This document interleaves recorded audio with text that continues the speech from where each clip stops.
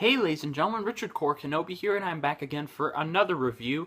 And this time, we are reviewing the DCCW four-way crossover. And before I start, yes, I may have shrunken a little bit because I have a new bed that you can't see, but this one is kind of crazy. Won't get into that. So yeah, that's why I look a little shrunken. So yes. Now, for those of you who do not know, this basically was, well, this was the TV version of the Justice League. I can't say it any more than that because that's exactly what this was. I mean, this was the definitive version of the Super Friends / Justice League. Now, I know Zack Snyder is coming out with his version next year, which hopefully can be good. Hopefully it can be good. But overall, if you want to see a live-action Justice League sort of come together, then you need to watch this. Now, for those of you who have missed out on this, or you don't watch these shows, or you watch some of them, fear not, there is a way you can do that.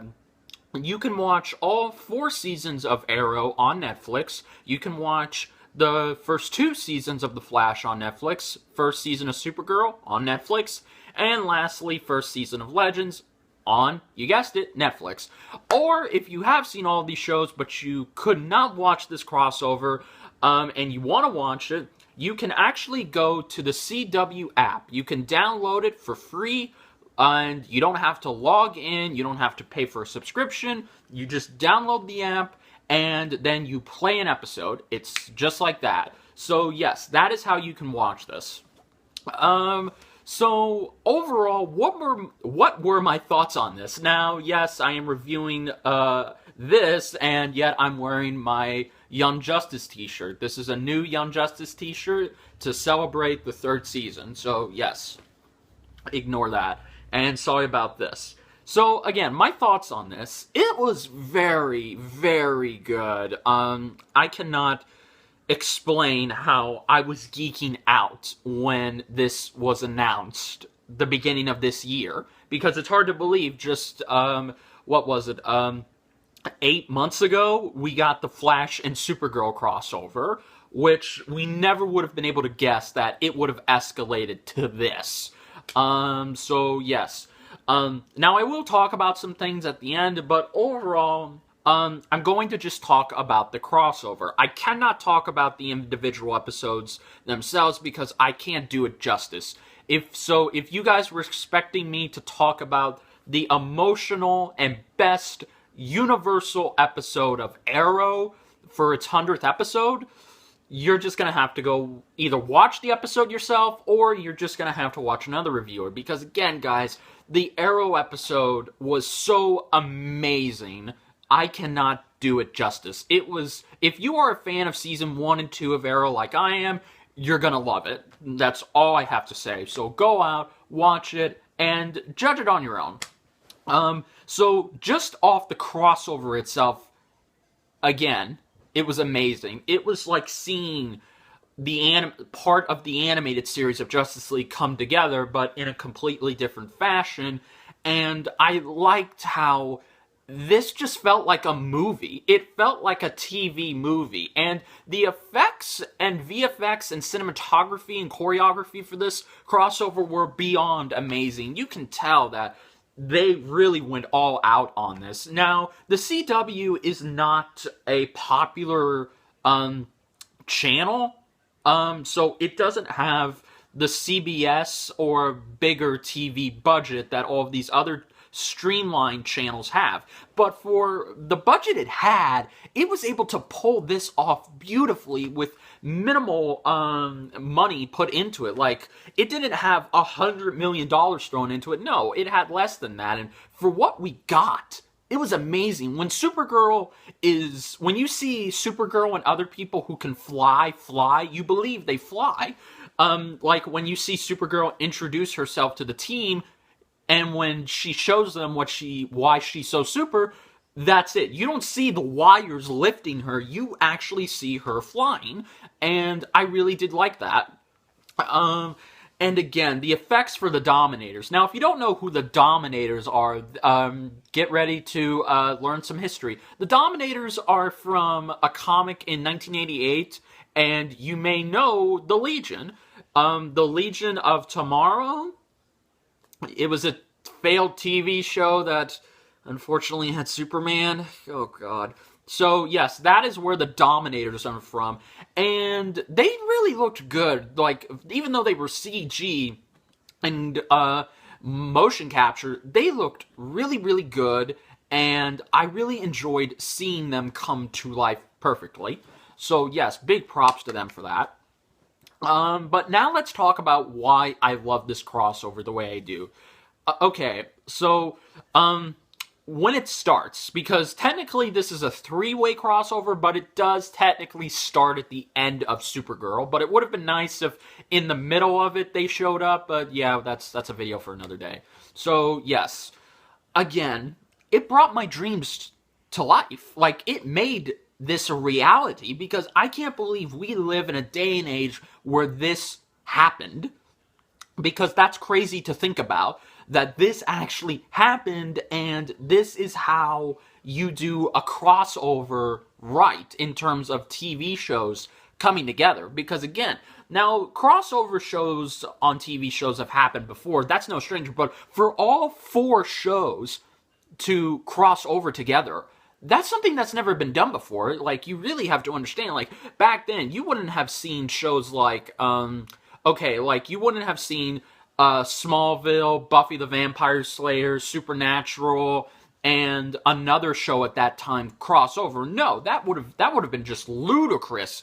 But to see these 4 shows, 3 of them that are in the same universe, and 1 of them is still on its own universe, come together like this, it was something out of a comic book.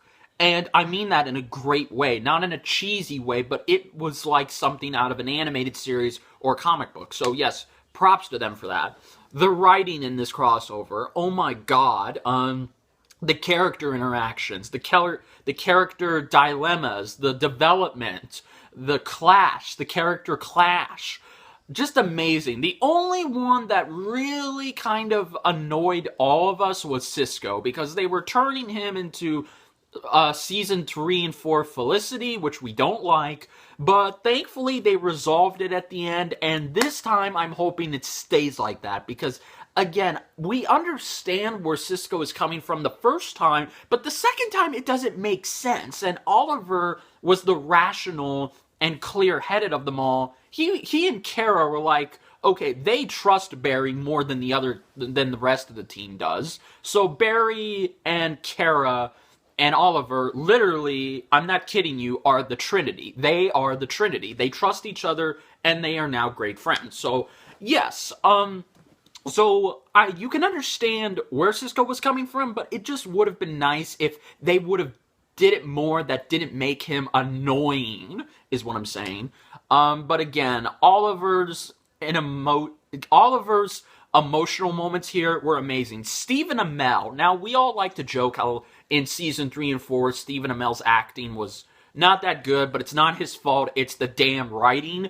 Because Stephen Amell is an amazing actor, and in this crossover, he showed off his acting chops. He should have won an Emmy for this. That's how dead serious I am. He should have won an Emmy. He should win an Emmy for this, because his emotional talk with Barry, his emotional scenes in his 100th episode, bravo, just bravo, Stephen Amell. Very good job. The interactions once again with Grant Gustin and Melissa Benoist, amazing. They're best friends. They've been best friends for years, so them on screen together is it's just amazing. It's like a big brother and big sister type thing. So yes, and I really just like overall seeing these characters interact. No one feels forced out. The only one that kinda does is Supergirl, but you can understand where they're coming from, because a lot of people said, why didn't we get to see more of Supergirl in the Arrow episode? Well, here's the thing. It's an Arrow-centric episode celebrating its 100th episode, so yeah, there you go. But they want see, here's the thing. WB and CW, they want to test this out. The reason Supergirl is not merged with the Arrowverse or Flareverse, sorry guys, is because they want to wait and they want to see how fans react to it.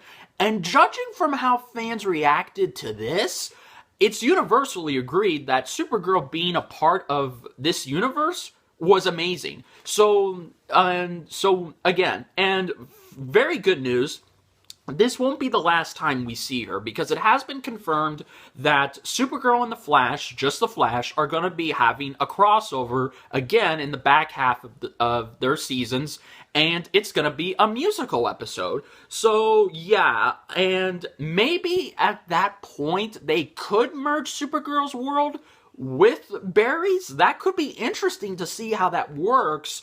Or are they going to just keep it to where, no, they're still in separate worlds, but they're on the same network?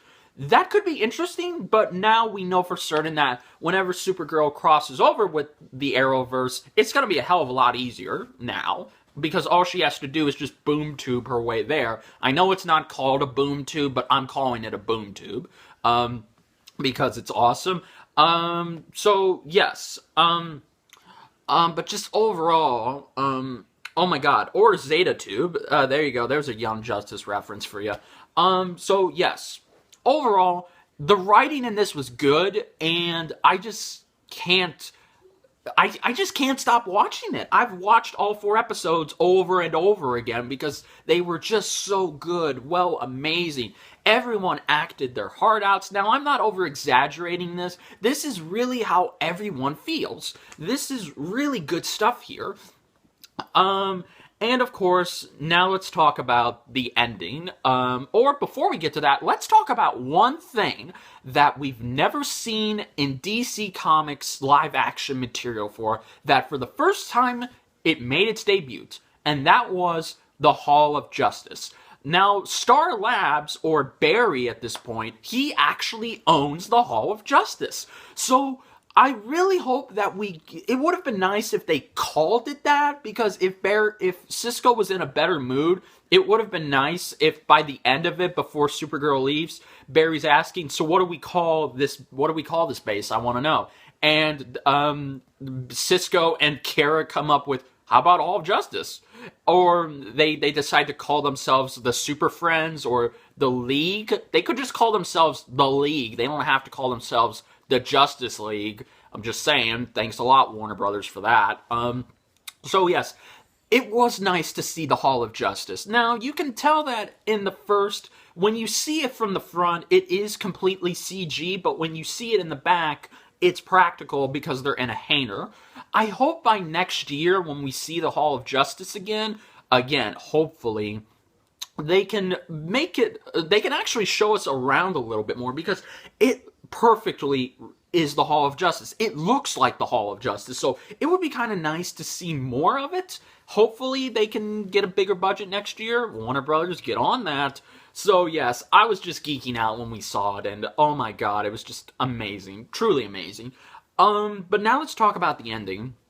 The way this ended yesterday, it's mostly universally agreed, but there are some people who are kind of disappointed because they were expecting it to end in a big climactic way. And while I was expecting that myself, guys, I mean, come on, it's the CW. They have to end it the way they feel they can. So you can understand why it didn't end in a triumphant, big, bombastic Marvel way. Excuse me. You can understand that. But overall, for how it ended, it was pretty good. I mean, they defeat the Dominators, they team up, and we finally get to see them fight the Dominators, because how disappointing would that would have been. You get to actually see them celebrate. You get to see them celebrate not as their personas, but as themselves. So, and of course, I like at the end where Felicity is looking at Kara in her disguise, and she says, it's like looking into a mirror because ha ha ha, because get it? Because in the first season, everyone made fun of the fact that Kara's secret identity looks exactly like Felicity. So I like how they did that. And of course, when Brandon Routh says, oh, she looks like my cousin. Ha ha ha! That's amazing. I've been waiting for a long time for them to make a Superman Returns joke. Thank you. So yes, but my favorite moment. Let's talk about that. My favorite moment. My favorite moment at the end of this episode is seeing the Trinity hug, a group hug between the Trinity. That shows something there. Now, throughout this episode, Oliver has been judgmental because he's seen it all at this point. He has never fought an aliens, and to see him interact with one, you can understand where he's coming from. Even though, yeah, you may consider him being his usual dickish self, but by the end of it, you really believe that, okay, he now trusts Kara the same way he trusted Barry. So I really do like how by the end of it, the three of them, they are good friends, and you believe that they are now the Trinity. You believe that, and because they've built it up so well. So I really do like how over this course, Supergirl and Oliver have gained each other's trust. And that was really good, and I really hope by next year's crossover, we get to see more of that. Like, we get to see Oliver and Kara and Barry interact a lot more. Like, we're talking a lot more. So yes. But, oh man, as far as a favorite episode of this, the Flash one is still awesome. It's universally agreed that the Flash one is amazingly damn good, because just seeing all of these characters come together, interact with each other, train with each other, seeing them fight each other when they're being mind controlled, and seeing the dilemma and the interactions and the development come to what it has come to, it's just beautiful writing on the Flash's part. I've never just seen that before. It reminded me a lot of the Bruce Timm animated universe. That's how good it was, and that's a bold claim, yes, but that's how well it was, and I really like how they took their time with this. Now, granted, yes, they could have taken more time with this to flesh out Supergirl interacting with Oliver, because Supergirl at this point has interacted. She and Barry have good chemistry. They know each other. They're good friends. That's well established. She got along well with the Legends. It's just, it would have been nice to see her and Oliver get more scenes, because again, some people are going to argue that they want to see more of this new friendship develop, because again, Oliver is having to come to terms with the fact that he is now fighting alongside with an alien, and he's having to gain her trust. She's having to earn his trust, is what I'm saying. So that would have been nice, but hopefully they can give us more of that next year. Awesome. So yes, overall, guys, I can't say any more than what already has been said. This, by far, was the best crossover the CW has given us.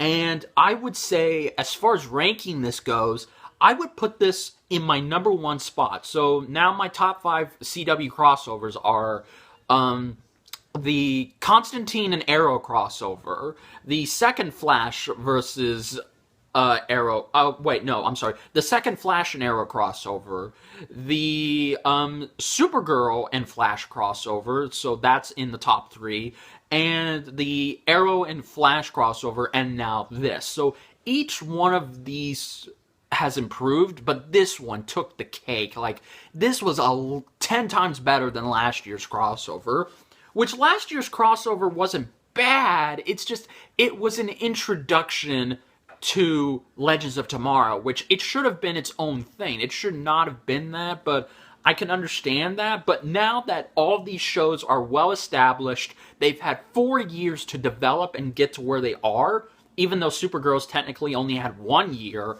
while Flash has had 2, and Arrow's had 4, and Legends has only had 1. But you still feel that when these 4 shows came together, it wasn't forced, it didn't come out of nowhere, you believed it. Like, that's how well this crossover did.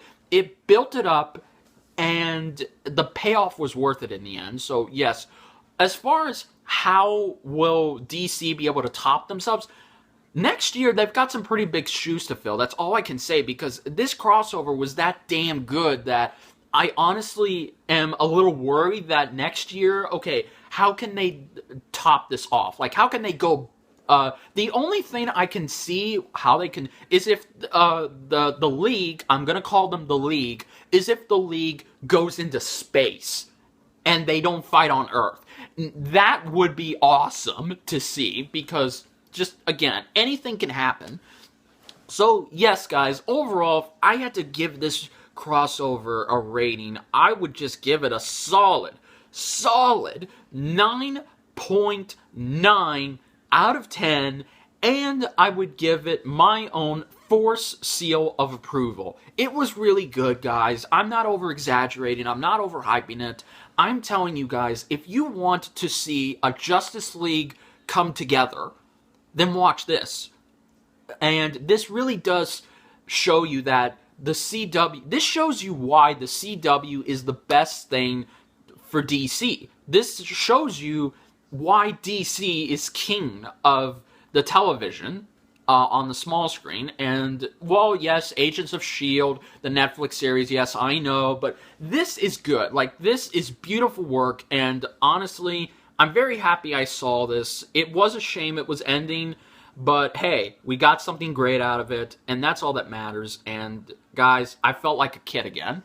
Like, it was that damn good, and I loved it so much. It meant a lot to me to see all of these shows cross over, come together, and overall, I wouldn't have had it any other way. Thank you, CW. Thank you, writers of all Supergirl, Flash, Arrow, Legends. Thank you, Andrew Kreisberg. Thank you, Mark Guggenheim. Thank you, everybody, and especially thank you, Greg Berlanti. Greg is the person to thank here, because this was a dream come true for all of these shows, all of these writers, all of these actors, and this was probably, and it's mostly universally agreed. We can all agree that this was the best thing to come out of this year for DC. This was the best way to end the year for DC, because after they've had a mediocre year, this was the best thing to come out of it, and this was the best way for them to end it. And hopefully next year, during the back half of the seasons, all 4 of these shows can be just as great as this crossover, and they can end their seasons, and then we can get something even beautiful for Supergirl Season 3, Flash Season 4, Legends of Tomorrow Season 3, and Arrow Season 6. So, yes, guys, overall, if you enjoyed this review, this little review, please like, comment, subscribe. Let me know down below, have I inspired you to go check this out? And again, you can watch this on the CW website or download the free CW app. Again, it's free. You don't have to pay a subscription. You just get the app, download it, then you click on the crossover, and you can watch each one, and you can also watch each season's episode before this. So, yes, guys, and also tell me down below, should this be called the Justice League, or should they be called the Super Friends? Tell me which one you prefer, and just tell me what you thought of it. So, yes, guys, until then, this is Richard Cora Kenobi saying, may the Force be with you. See you later, my DC fans, and again, thank you all for over 800 subscribers. I love you guys, and I couldn't have done it without you. Thank you all, and I will make a little mini 800 subscriber special tomorrow, and I'll thank you all the way I always do. But until then, thank you all so much. I love you from the bottom of my heart, and I'll continue to get better and better until then. So, bye, guys.